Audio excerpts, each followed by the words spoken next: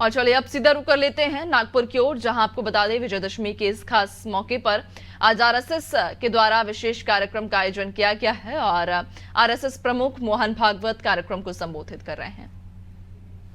शिक्षा संस्थान है, विद्यापीठ है, शिक्षा व्यवस्था है, माध्यम है, बौद्धिक जगत है, इन सब पर अपनी पकड़ कायम करके उनके द्वारा समाज में विचारों की विकृति का प्रसार करना, विचारों को बिगड़ना, अपनी परंपरा के प्रति, अपने स्वत्व के प्रति अश्रद्धा से उत्पन्न करना,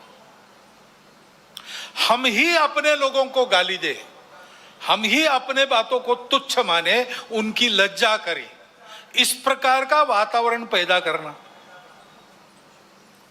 इतना बड़ा समाज है, उसकी कई विविधताएं हैं, उन विविधताओं को अलगाव में परिवर्तित करना नहीं है। वहां कोई जबरदस्ती विविधता आरोपित करके हम विविध है इसलिए हम अलग है, हम विविध है इसलिए हम एक नहीं है, हमारे स्वार्थ अलग है, ऐसा नैरेशन देना।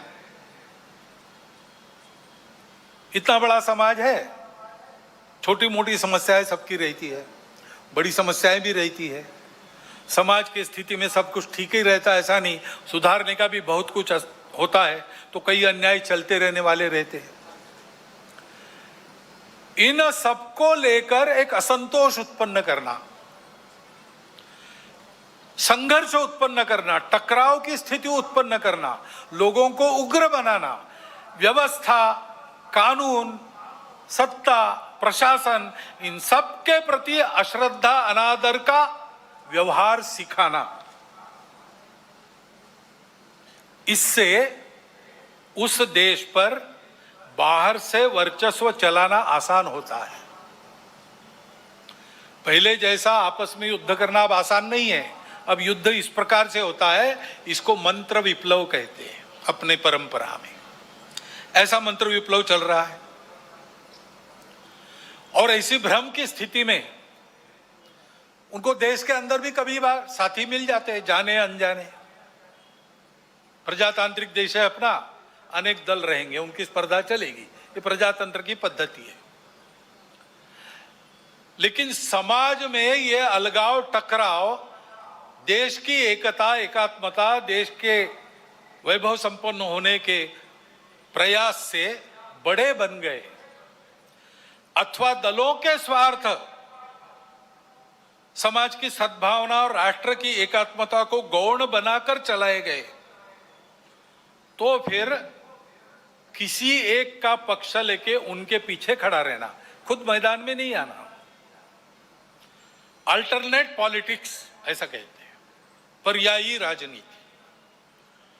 उसके आड़ में अपना ये एजेंडा और ये पद्धतियां चलाती है। और ये मैं कोई कॉन्स्पिरेसी थियरी नहीं बता रहा हूं, पुस्तकें निकल रही है पाश्चात्य देशों से वहां की परिस्थिति के बारे में। पाश्चात्य जगत के अनेक प्रगत देशों में इस मंत्र विप्लव के परिणाम स्वरूप जीवन की स्थिरता, शांति और मांगल्य संकट में पड़ा हुआ उनको अनुभव होता है, हमको भी दिखाई देता है। और भारत के चारों ओर, विशेषकर सीमावर्ती प्रांतों में इस प्रकार के कारस्थानों के चलते क्या क्या हो रहा है हम देख सकते हैं। समय पर हमको जागना है। हमारा देश सांस्कृतिक एकात्मता के अधिष्ठान पर खड़ा है।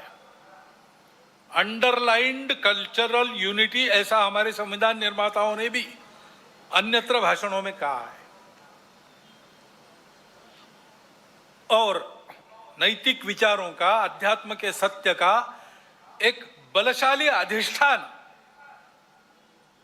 हमारे समाज की स्थिरता को, आपस के संबंधों को, व्यक्तिगत और राष्ट्रीय व्यवहार को मिला है।